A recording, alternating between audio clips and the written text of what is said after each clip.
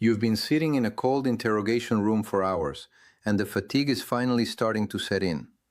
That's when the detective leans across the table, lowers his voice, and offers you a lifeline.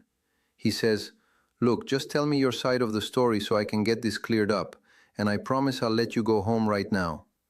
Your heart leaps because you think this nightmare is finally over, but what you don't realize is that you are stepping into the most dangerous consent trap in the police playbook. If you believe that promise and start talking, you aren't going home. You are handing the police the final brick they need to build a case against you. I'm Aden Starr, the people's lawyer, and in this video, I'm going to show you why a cop's promise of freedom is often a calculated lie, and give you the exact magic words to shut them down instantly. You have to understand the reality of the situation. Police officers are legally allowed to lie to you. The Supreme Court ruled in Frazier versus CUP that investigators can tell you they have evidence they don't actually have, or claim your friend already confessed and blamed you just to get you to open your mouth. They use these lies because they know it leads to people talking, and your words are almost always the missing piece they need to turn a vague suspicion into a formal charge.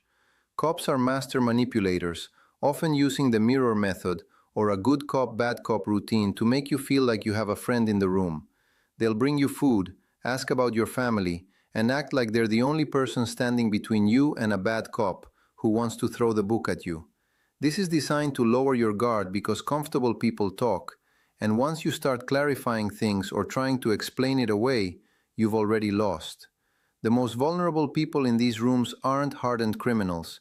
It's innocent people who believe the truth will protect them. You might think that if you just cooperate, they'll see you're innocent. But the Innocence Project has documented that nearly 30% of all wrongful convictions come from false confessions that started with a friendly chat.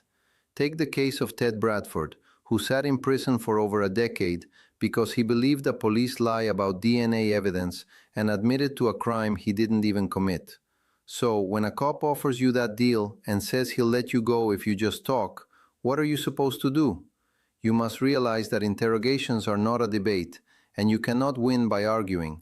Instead, you must unambiguously invoke your constitutional rights.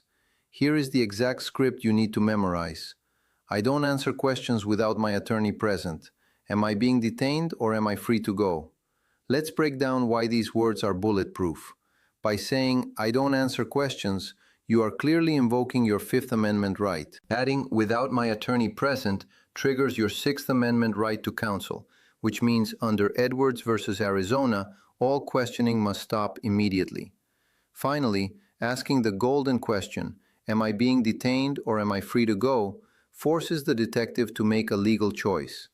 If you're free to go, you leave. If they say you're being detained, they now have to justify that detention with specific facts, and anything they try to get out of you after that can be thrown out in court. If the officer tries to guilt trip you by saying, "If you have nothing to hide, why do you need a lawyer?" you look him right in the eye and say, "I'm exercising my constitutional rights, and that's not evidence of anything." The Supreme Court has been crystal clear. Choosing to remain silent can never be used against you as evidence of guilt. Don't let a false promise of going home lead you into a prison cell. Subscribe to Citizen Shield to keep your legal armor strong. And if you want to know what to do when a cop uses the "I smell alcohol" trap during a traffic stop, click right here to watch this next video. I'll see you over there.